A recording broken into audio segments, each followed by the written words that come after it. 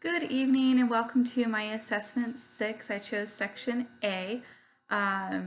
We'll just kind of get right into it. I know we talked about it a little bit, so here we go.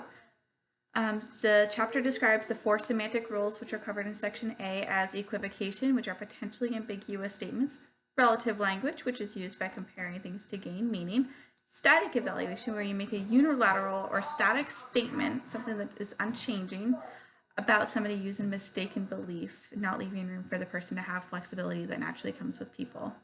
And abstraction, where you're intentionally vague in your response in order to generalize the statement. This also covers syntactic rules, which are actually a favorite of mine just because they're so much fun to play with. For an example, let's cook grandma versus let's cook grandma. I love syntactic rules.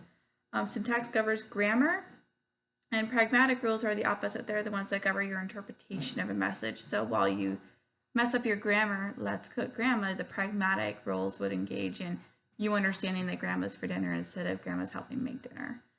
The episode I chose was Big Bang Theory, Season 2, Episode 1. Link will be in the comments.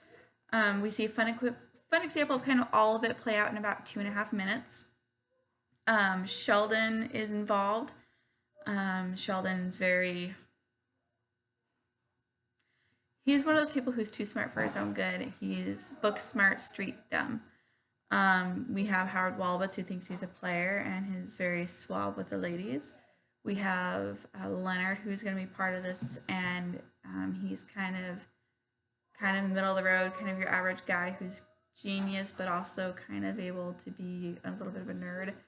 And then you have Penny, who's the cute girl next door, also a waitress and an aspiring actress.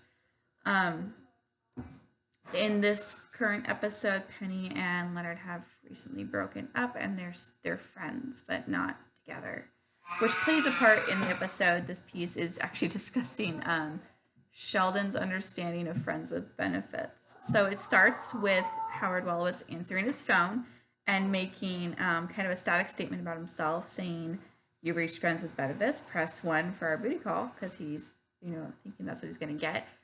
Truth be told, he's actually getting dumped. His friends with booty call is not a booty call. It's he's being dumped. So he walks off stage to get that taken care of. The equivocation phrase here is friends with benefits. It can have multiple meanings to multiple people. Sheldon shows a relative language by saying, what does that mean? Does he provide her health insurance? Which is kind of a cutesy way, but it gets the conversation started. It's a little bit of a conversation. We're going to kind of gloss over that piece and go into where he's in Penny's apartment a little bit later, and he's talking to her and asks her if her and Leonard are friends with benefits. And the answer is no. Why would you ask? And he goes, well, who knows what goes on when he pretends he's delivering the mail over here? I think it's a great example of abstract language because he's being intentionally vague. He's not saying, I think you guys are getting busy over here. I think syntactic language is a little bit hard to portray verbally. I like it more in grammar and text, but I think a good example would be at the very end when it shows him going back over to the apartment as Leonard's coming home, and he starts listing what he was doing over there after Leonard asks, what are you doing at Penny's? Oh, we had dinner, we played games, I spent the night. Oh, and you'd be very happy to know I have a much better understanding of friends with benefits, and walks away, leaving Leonard to have a pragmatic moment where he's not understanding that it's a literal understanding. She explained it and helped him understand educationally wise what that means.